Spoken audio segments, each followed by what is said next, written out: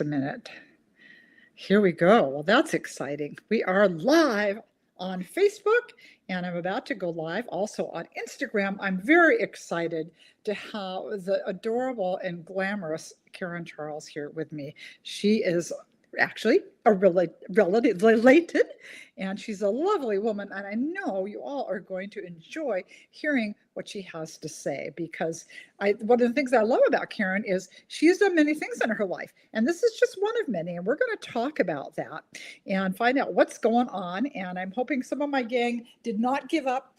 I know some of you said you wouldn't be able to join us today, but this will be up on Facebook for quite a while after, and then it will also be on my YouTube channel. So apologies everyone. I hope you didn't all give up and go away. Sheila, it's embarrassing. This is probably the first time I've done this. I got busy editing and there went the time. So anyway, hopefully some of you will be able to join us. And if you miss it, again, we'll be live after the fact. So let's get to it and start talking. Oh, goody. I see some of the gang has joined. Hi, Patricia. I'm so glad you didn't give up on me. It's all my fault. We're running late. And Karen is being very gracious and patient with me as I have a airhead Sheila moment. So let's get right to it with Karen. Karen has got a very interesting background. And I want to talk a little bit about your exotic life before you moved to the U.S. Where was it that you lived for a good part of your life? Well, I grew up in Africa. The first 6 years of my life, I lived in a clearing in the jungle in Liberia. And we had a little airstrip, and a little plane came every month and brought us supplies. Wow. And then after Liberia, when I was 8 years old, we moved to Nigeria, and I went to an American boarding school until I was 16 years old. And then I came back to the States to finish my education.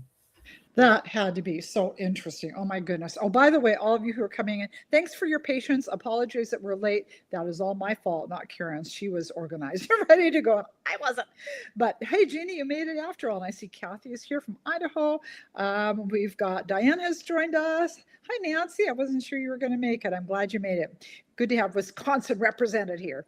And I'm so glad that you could all be with us. So we were just talking with Karen Charles, children's book author, and hearing about growing up in Africa. Oh my gosh, what was that like? And is it true that you once had a pet monkey? Yeah. It was, of course, I loved growing up in Africa. I didn't know anything different because that was my home, and I loved it actually. I was a very adventurous kid, a curious kid, and I just took it all in stride. And yes, I did have a very naughty pet monkey named Elmer. Elmer. Yeah, and Elmer was a real rascal. On our compound that we had a walkway that went under one of the trees, and Elmer would hide up in the tree, and only when my mom would walk underneath the tree, he would jump down on top of her and just scare her to death. And he was a terrible thief. He stole everything, particularly food. If the screen doors weren't, latched just right, he was able to get them open, and he'd come in the house and steal food out of the, fridge, out of everything. One time he stole a whole plate full of food right off the table and took off. Oh my gosh, that's so funny. He used to ride around on my handlebars on my bicycle. Oh, that is so cute. Oh my gosh, what an adventurous life. That is pretty impressive. Some more of you come in. Hi, Carolyn. Hi, Pamela, and from New Jersey.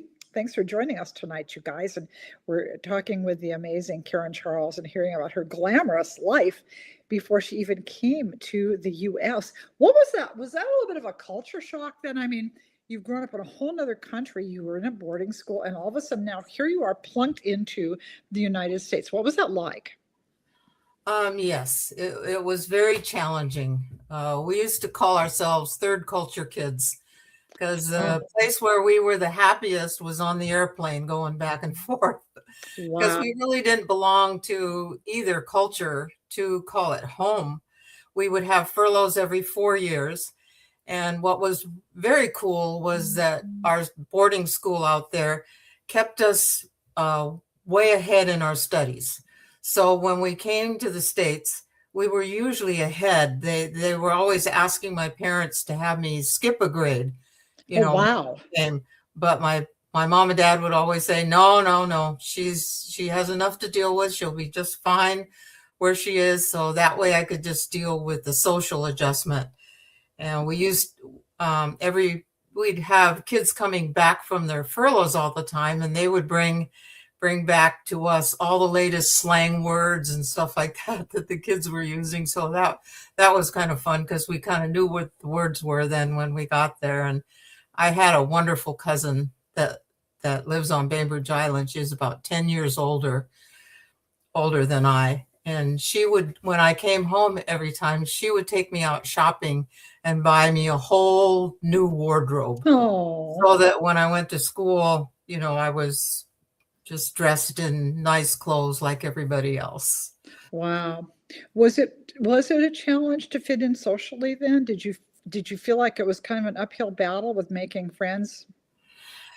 You know, I was very fortunate because I was outgoing and I wasn't shy. Okay. I made friends easily. So for me, it wasn't that bad. I usually had friends quickly and got along with the kids really well. But there were others that I went to school with that, the shy kids and the ones that were a little more insecure maybe or whatever that some really had difficulty with the social adjustment. Yeah, yeah, I can imagine. We have a couple of questions that came in. Jeannie wanted to know, Karen, were your parents missionaries? Yes, they were. In Liberia, my dad established a leper colony. In those days, they had Wow. just gotten treatment for leprosy, and he had medical training. And so he with the people who were the lepers, they built a whole entire village so Wow. that when they did get leprosy, they could bring their families with them to this village, and they had a school and a church and everything just like a normal village, and that was his responsibility. And my mom taught in a boys boarding school, and that's where I had my kindergarten and first grade. And there's this picture I have. It has all these black boys from the tallest down to the shortest, and here's this little white girl at the end of the line. No, that's so sweet. I love that. It is interesting with kids.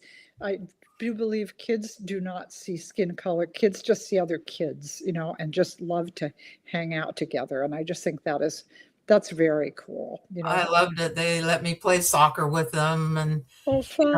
I did everything with them. So Hey, now Nancy wants to know about your monkey.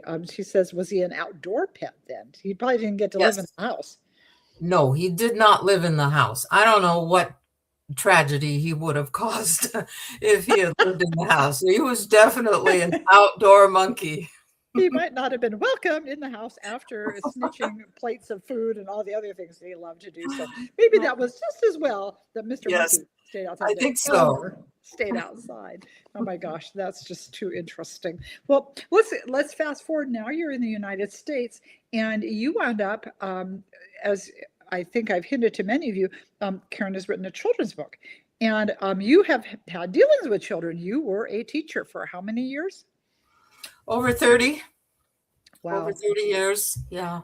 So you have had experience with children, and of course had children of your own, but teaching, that is definitely in this day and age, that is really a calling. It's not an easy thing to do, and hopefully parents appreciate all the effort that the teachers go through on behalf of their Mhm. children, because it's a calling, don't you think? I definitely think so. Yeah, definitely. What You're age? either, you're either a teacher or you're not. Oh, I think that's really true. What ages did you teach? I taught kindergarten through eighth grade, but then I specialized with first and second grade because I loved teaching them reading and their basic math. I liked helping them build a really great foundation. that was really meaningful to me, and getting them to be really good readers by the end of second grade. Wow. Well, so you went, okay, teaching, we're done with that. Now it's time for a new adventure. And you've been writing some other books too. You've been writing some suspense books, and now you're venturing into the children's arena. What made you decide that you wanted to be a writer? I mean, you could have just, oh, by the way, you guys, Karen and her husband run a lovely Airbnb up near the Canadian border, which is charming. We have stayed there, so we know from personal experience, and they're great hosts. So you had that. So what made you decide, well, now on top of everything else, I think I want to be a writer? What made you decide you wanted to do that? Well, I've kind of always been writing. When I was 8 years old, we moved to Nigeria, and I was really impressed with the crown bird. It's just an awesome, awesome looking bird. And so I wrote a poem about the crown bird, and my mom sent it into Jack and Jill's children's magazine, and they published it and Oh sent me my some gosh, money. So that was that is my impressive. I've never gotten to Jack and Jill. That's way cool. that was kind of my beginning in writing. And then when I was a teacher, I would teach the kids how to write.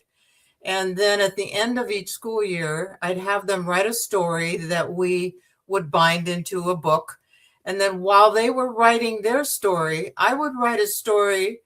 And in the story, all of the kids in the class would be a character in Oh the my story. goodness. Wow. And then, for instance, a rafting story or something like that. And they're all characters in the rafting story. So then I would give each one of them a copy of it, make a copy, so they'd have something to remember the school year with.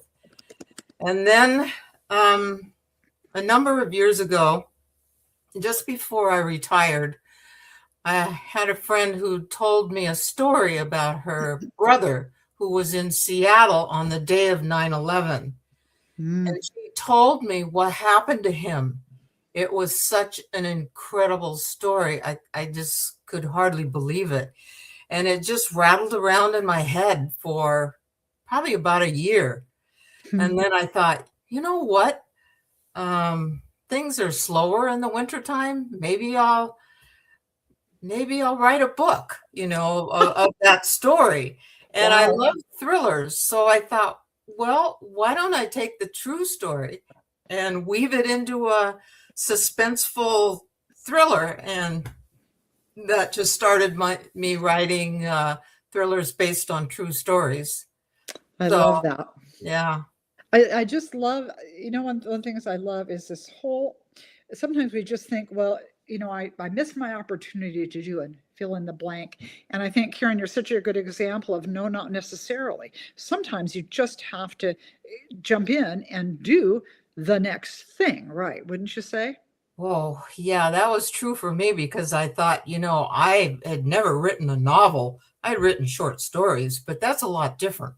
Yeah. And so I thought, well, and I'd never written a thriller, of course.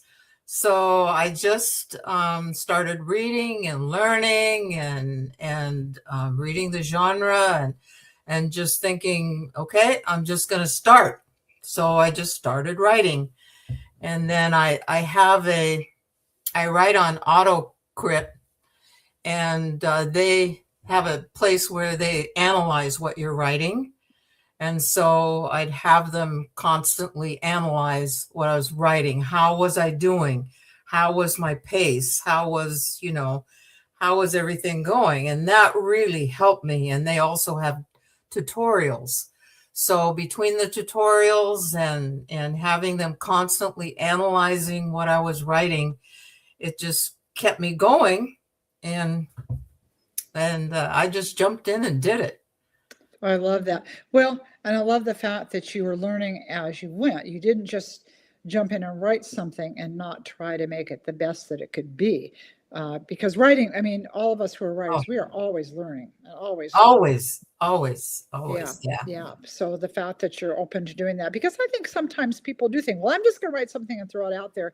And you don't want to throw something, nobody's going to want to catch it if it's bad. So No. the goal is to try and write the best thing we possibly can, So I Uh-huh. love the idea that you were just really, I'm just going to And sometimes in the ideal world, it's nice to be in a critique group with other writers and hopefully those who are more advanced than you, but we don't always have access to that. So then you've Yes. got to think of a plan B. Well, what can I use? Are there some tools out there I Yeah. can find to kind of help me learn as I go?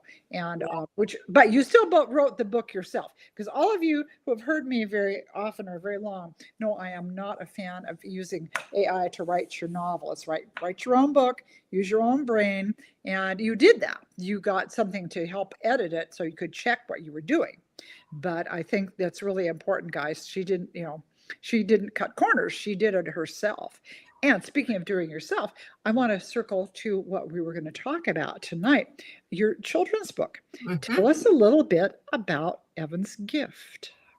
Well, I actually wrote it many years ago, and it was published, but it was out of publication. It had a different title.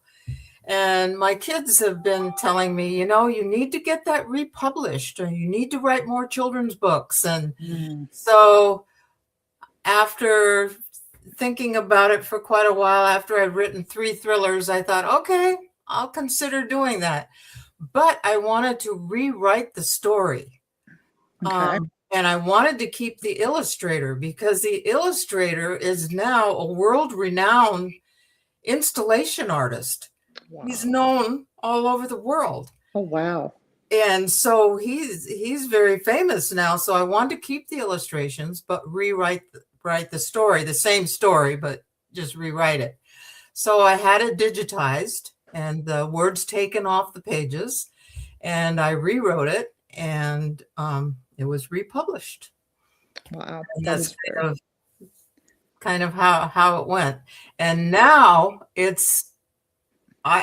people are saying, well, we want more Evan stories. hey, a whole You have series. more adventures from Africa. I told them, yeah, I've got lots of them. And they said, well, why don't you make an Evan adventure series? So I already have the second one ready for editing.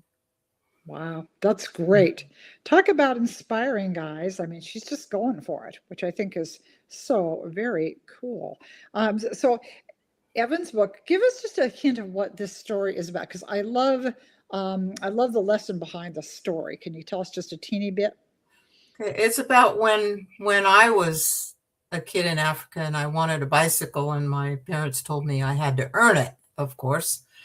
Hmm. Um, and so so it's a story about what I went through getting my bicycle. So Evan, he is dreaming about this new bicycle, but there's circumstances that come up. There's a greater need with one of his friends at school, and the decision he makes changes his friend's life as well as his own life. Oh, And what what it really teaches is that generosity and kindness and that can really come with a cost, but there's much more reward to it than money can buy. So it's a story of all the things he went through to get his bicycle. And of course, it's very unique because the setting is at a boarding school in Africa. mm, So even though it could be a familiar story, it's very different because of all he went through and all he did. He had a few setbacks, and things developed. It's a good story. It's all about kindness and showing kindness to others and generosity. I love that. I think we cannot be inspiring our children enough to do that. So this sounds like a very needed book at this time for our children.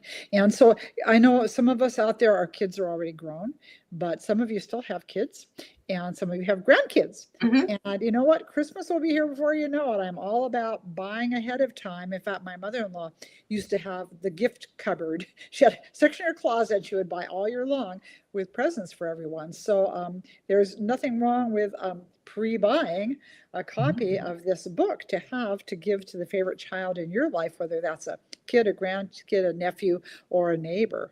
So Summer's sorry. coming up. We had a couple. I had to. Lisa had to leave. Bye, Lisa. Sorry you had to leave. And hi to those who just joined us on Instagram. You've missed some of this, but the good news is it will be up on my Sheila Roberts page on YouTube as soon as I get that edited and ready to go. So you can watch the rest of this, the earlier part, in a little bit later on tonight or tomorrow. So also it will still be on Facebook. And we're having a wonderful time visiting with author Karen Charles, who is branching out now into writing children's books and looks like is starting a whole series, and has also written some other things too. So Karen, I want to know, where can they find you? Let's let people know where you can be found on the internet. Okay, you can find the thrillers right now on Amazon. And Evan's Gift will be available soon on Amazon for pre-sales. Oh, isn't that pretty? So it will be, it's not quite there yet. It'll be released on Amazon May 18th. But May 18th, okay. if you want it right away, you can buy it from my publisher, which is Book Baby. And you can buy all of them from Book Baby. Or you can get them on Amazon. Here's Fateful Connections. That's about 9/11. Blazing Upheaval is about the Rodney King riots and a Northridge earthquake in Los Angeles. Wow. And that's a very exciting book. It's about a teacher who got caught in the Rodney King riots. Wow. And then A Glimpse Too Far is about a girl who was in a major accident when she was 8 years old, and she woke up. When she woke up from the accident, when people touched her or she touched somebody, she was able to see something about their lives. And this is also based on a true story. They're all based on true stories. Wow. So everyone is different, and these are getting some bits of history in here too. Yes. Which is really interesting. So, and you have a website also. What's your website? Yeah, weaveofsuspense.com. Okay, guys. So I want you to check that out. And those of you who've been here and commenting, you know there's always a giveaway. And so I'm going to, after we're done here, I will be posting. I didn't get a chance to ask Karen if she has any books available, but I'll make sure. Do you? Awesome. Yes. Poor Karen. We, again, for those of you who came in a little late, Sheila, this is the first time I've ever done this. Wouldn't you know, I would do it with my poor friend Karen here. I'm always so organized, already ready ahead of time, and I'm working away editing, and she calls, she goes, Sheila, where's my link? So I didn't even get a chance to ask her ahead of time, so I feel like I'm putting you a little on the spot, but that's very gracious of you. So guys, why don't you comment, yes, I would like this children's book, or one of the other books. I don't know what Karen. Yes. I have one of each to send out. Oh, one of each. Oh, you guys, this one of each to send out. So y'all hit the jackpot. So as we're finishing up our talk, would you please post and let me know if you are interested in receiving a goodie from Karen, and we will pick some winners, and I will either announce them later tonight or tomorrow morning after I've had a chance for Gerhardt to go through and go eeny, meeny, miny, moe, and pick a winner. So tell us if you want your name thrown in the hat, and you might win a book from Karen. And this, I could highly recommend for Evan's Gift, because I love the message behind it. I just think that is such a cool message. And so Karen, what's next for you then? A children's book series? Are you going to write some more suspense books? Yes, I have another thriller in the works. Wow. Okay. And it's a true story also. And I have an agent who already wants it, but she says I have to make it dark. Dark. Because my thrillers aren't dark enough. Oh, wow. Oh, by the way, for all your romance fans, my thrillers have romance in them also. Well, that's the best. So like romantic suspense. Yeah. Now let's see. So I have that thriller in the works, and then I'm going to do the series on Evan's adventures in Africa. Oh boy, you are going to be a very busy lady. By the way, Joanne wanted to know again, which book was the one about the Northridge quake? Was Blazing Upheaval. Blazing. Oh, that makes really sense. Earthquake, upheaval. I like that. And the So, blazing is for the city burning down, and the upheaval is for the earthquake. wow, wow. Okay. So, All right. Well, yeah, I'm getting and some. my pen name is Karen Charles. Yeah. So, Yes, Karen. so So that look for makes Karen a difference. Charles, and she's got all kinds of stuff coming ahead. So I know you're going to want to find her and follow her and check out her website. And again, it's very exciting to see something. I hope this. I'm always hoping when we do these interviews that it will be encouraging to anyone out there who's thinking, well, what next or what now, Yeah, and still chase that dream. And I think Karen, yeah. you're a good example of just you just jumped in and did it. You said I'm going to do it, and you just Yep. jumped in, right? You have to. You have to. You can't wait till the time is right, or you can't wait till you have all the information or all the training or everything. You just have to go along, and those of you that will read all three of my books, you'll find that each book is better And than that's the the last goal. than the last one, because I'm learning along the way, and I'm Sure. learning, and getting better at it, and that's the way it should be. Yeah, and that is the goal, and we all do want to improve in whatever our endeavors are that we're doing, whether you're an artist, a musician, or a writer. The goal is to get better. Well, even at your job, whatever it is you're doing, we always want to improve and get better. And I think that's a good example. But again, guys, she didn't wait until a life was perfect. She was No, perfect. She did no, it. And I mean, even sometimes, I don't know about you, but I used to think, oh, my house has to look perfect before I can have company. But you yeah, know what? I love to have company and I love to hang out with people. And it finally yeah, dawned on me, my friends don't care. They came to see that's me, right. and so Right. whatever thing that you're letting stall you out, it might be a false barrier that you're putting up. So don't let those false barriers stop you from doing what you want to do. So anyway, Exactly. any final words of advice for us, Karen, before I let you go? Oh, I don't know. I think one of the important things to me through life is to constantly be learning something new. I like. I think because I can tell, I think this has kept my, gray matter up here from deteriorating. I'm just constantly learning, doing something new. You stay sharp, you stay young, you have a purpose. And so I think just go for it. Whatever your dream is that you've been dreaming, even if you've just retired. I didn't start an Airbnb until I was 70. Wow. Well, you So don't even look 70, so it's I think I'll never, take your never word too for it. late. Just go for it. Oh, I love that. I think that's really a good advice, and I hope that encourages all of you out there to just whatever you've been stalling doing, knock that false barrier down and just take a step forward and see if you can make something happen. Again, this visit has been with Karen Charles. And tell us one more time, your website is? Weaveofsuspense.com. Okay, guys, so check it out. Check her out. I know you're going to enjoy her things, her books, and I love the idea behind the children's book. I think that's a great message every child needs to be hearing. So I'm going to say, first of all, we're going to turn our Insta people loose and say, guys, thanks for joining us. If you missed anything, again, this will be up within the next 24 hours on my YouTube channel, so you can catch up on all the pearls of wisdom we've shared that you missed. But thank you for joining us. So fond farewell to them, and then to our Facebook gang also, just thank you so much. We love it when you can hang out with us. Now next week, guys, little Sheila will be in California. I'll be posting adventures and things, but we will not be gathering next Monday due to family things going on. But there will be more of these in the future. So remember to try and keep your Mondays open at this time for a lot more fun chats. And again, a big thank you to Karen for taking Thank time. you, Sheila. It was a Bye, pleasure. everybody.